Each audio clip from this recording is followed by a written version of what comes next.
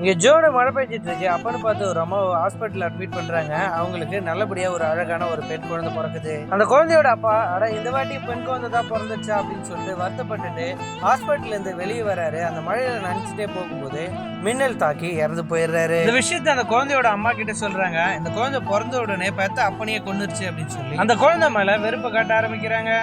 இந்த பொண்ணு வளர்ந்து ஸ்கூலுக்கும் போயிடுறா. அங்க போனா ஸ்கூல் படிக்கிற பசங்க எல்லாரும் ஏன் கருப்பு நீ ஏன் இன்னும் வயசுக்கு வரல அப்படின்னு சொல்லி கூட படிக்கிற பசங்க எல்லாம் கிண்டல் பண்ணிட்டு இருக்காங்க.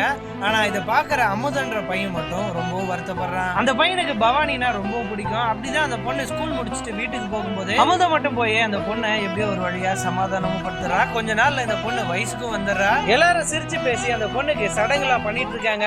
அப்படிதான் அவங்க அக்கா அந்த பொண்ணுக்கு சடங்கு பண்ணிட்டு போகும். ஒரு மாசத்திலேயே அவங்களுக்கு பிரசவ வலியும் வந்துருது. அந்த நேரம் பார்த்து அமுதன் இந்த பொண்ணை பார்த்து நீ எவ்வளவு அழகா இருக்கு தெரியுமா, டவுன்ல இருந்து உனக்காக நான் ஒண்ணு வாங்கிட்டு வந்திருக்கேன் அப்படின்னு சொல்லி ஜன்னல் வழியா கொடுக்குறான். நீ ரெட் கலர் சாந்து வச்சுனா உனக்கு ரொம்ப அழகா இருக்கும் அப்படின்னு சொல்லிட்டு போறான். இவ்வளவு ஆசாசியா அந்த சாந்தை எடுத்து நெத்தியில வைக்கிறா. அந்த டைம் அவங்க அம்மா நீ பிறந்த நேரமும் சரியில்லை, சமைஞ்ச நேரமும் சரி கிடையாது அப்படின்னு சொல்லி அந்த பொண்ணை செமையா திட்டிட்டு போயிடுறாங்க. அங்க பார்த்தா குறை பிரசவத்துல பிறந்த குழந்தை மூளை வளர்ச்சி இல்லாம பிறந்திருக்கும். பவானிக்கு இருக்கிற ஒரே ஒரு சந்தோஷம் அமுதன் மட்டும்தான்.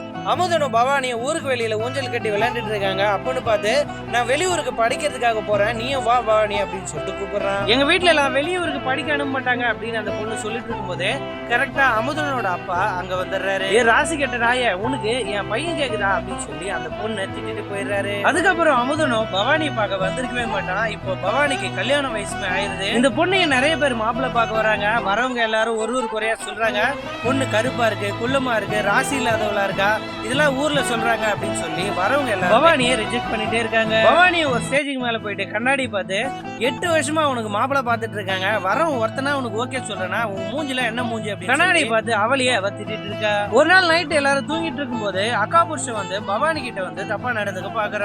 இவளும் அங்கேயே தேம்பி அழுதுட்டு இருக்கா. அவங்க அக்கா என்னாச்சு அப்படின்னு கேட்க வந்தா மாமா அப்படின்னு சொல்லி ஆரம்பிக்கிறா. அதுக்குள்ள அவன் வாயை திறந்து பவானி என்கிட்ட தப்பா நடந்துக்க பாக்குறா அப்படின்னு சொல்லிட்டு சொல்றா.